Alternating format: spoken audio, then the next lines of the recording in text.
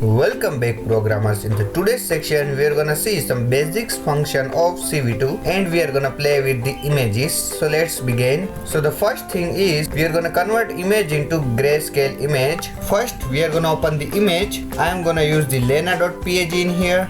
So I just open the lena.png and I displayed it with the IM_show and wait for infinite second. So this is lena.png image. Now we are gonna convert this BGR image, or you can say RGB image, into grayscale. So I'm gonna create the variable GS for grayscale and then I'm gonna use the cv2.cvt color, and you can see the first parameter is src, the second one is code, the third one is distance, and the fourth one is distance cn. So let's pass the src is image and the second one is code, means color. So let's pass the grayscale image. So we are gonna use cv2.color color. You can see we got a lots of color in here, but we are gonna use the BGR to gray because we are converting blue, green, red to gray. This image is BGR and we are converting to gray, so we are gonna use this. If you want to convert gray into BGR, you can see this in here. So now let's run, but first I'm gonna copy this windows and pass this grayscale image, so we can see the grayscale image in here.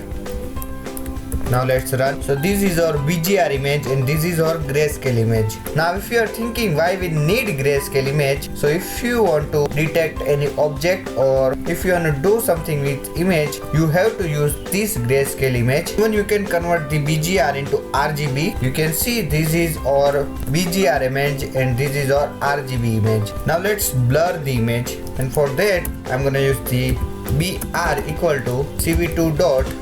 We can blur the image using a Gaussian blur, or if you wanna use other blur function you can do it, but we are gonna use the Gaussian blur function. And the first parameter is src, the second one is k size, the third one is sigma x. Now obviously first one is image, the second one is k size, which is how much blur you want, and the third one is sigma x. So just forget what is sigma x. We're gonna talk more about in the later video. So let's pass the image because we are converting this image into blur image. So let's pass img and k size equal to, let's pass 7 and 7. The highest value of blur is 7 in here, so just pass more, maximum value 7. Okay, and the sigma x is 0. Now let's run this IM_show. I just passed the BR in here. So you can see the difference between this original image and this blurred image. This is blurred image and this is the original image. That's how you can blur the image using Opencv. Now let's move on. And if you wanna blur some particular parts, you can just do this, and you have to pass the width and height in here, but we are gonna talk about this in later video. Now let's detect the edge. So this is my main image now. This is my grayscale image.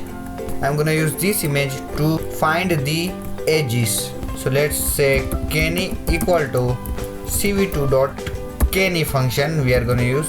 And the first one is image, the second one is threshold, and the third one is threshold. So this is upper threshold and this is the lower threshold, and the fourth one is edge, and the fifth one is aperture size. But the main function parameter is image and threshold. So let's use, the first one is img and the second one is threshold. Now let's find the 100 and 100. So you can see we just detect the threshold using the kenny function. So this is our original image and this is our thresholded image. If we increase the threshold, like let's say 300, you can see threshold is kind of weird now. But what if we increase this value? So let's try 300. You can see same thing in here. So this is the higher threshold and this is the lower threshold.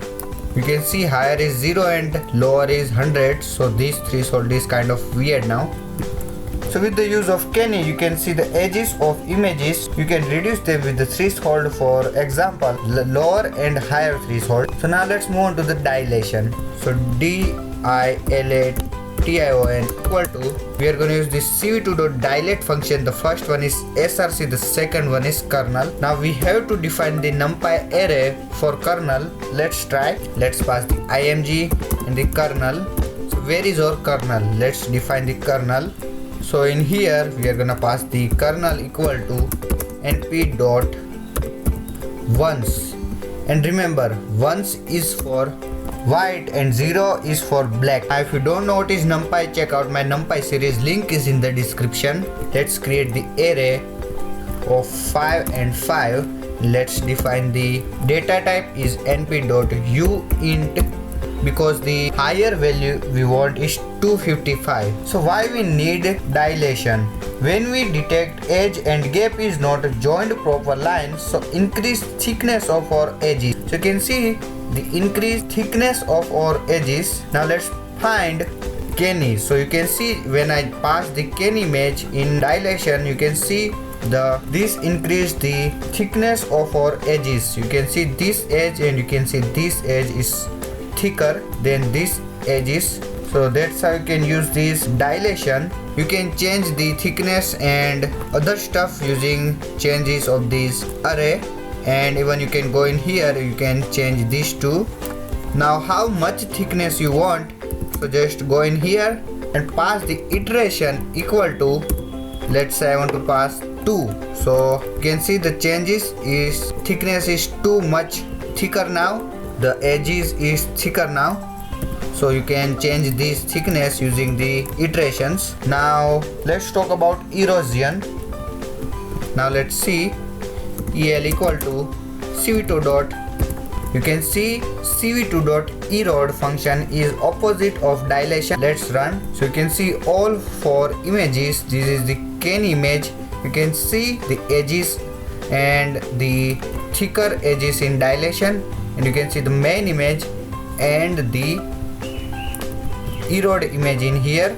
So this is the opposite of dilation. It means this is gonna decrease the edges. So that's the basic function of Opencv you have to learn. In the next video we are gonna resize and create the shapes in our images. So that is it for today's guys. If you like this video, just like this video, share this video to other programmer, comment me for the next video, subscribe my YouTube channel, hit on the bell icon so you'll never miss my latest video. See you guys in the next video. Thank you.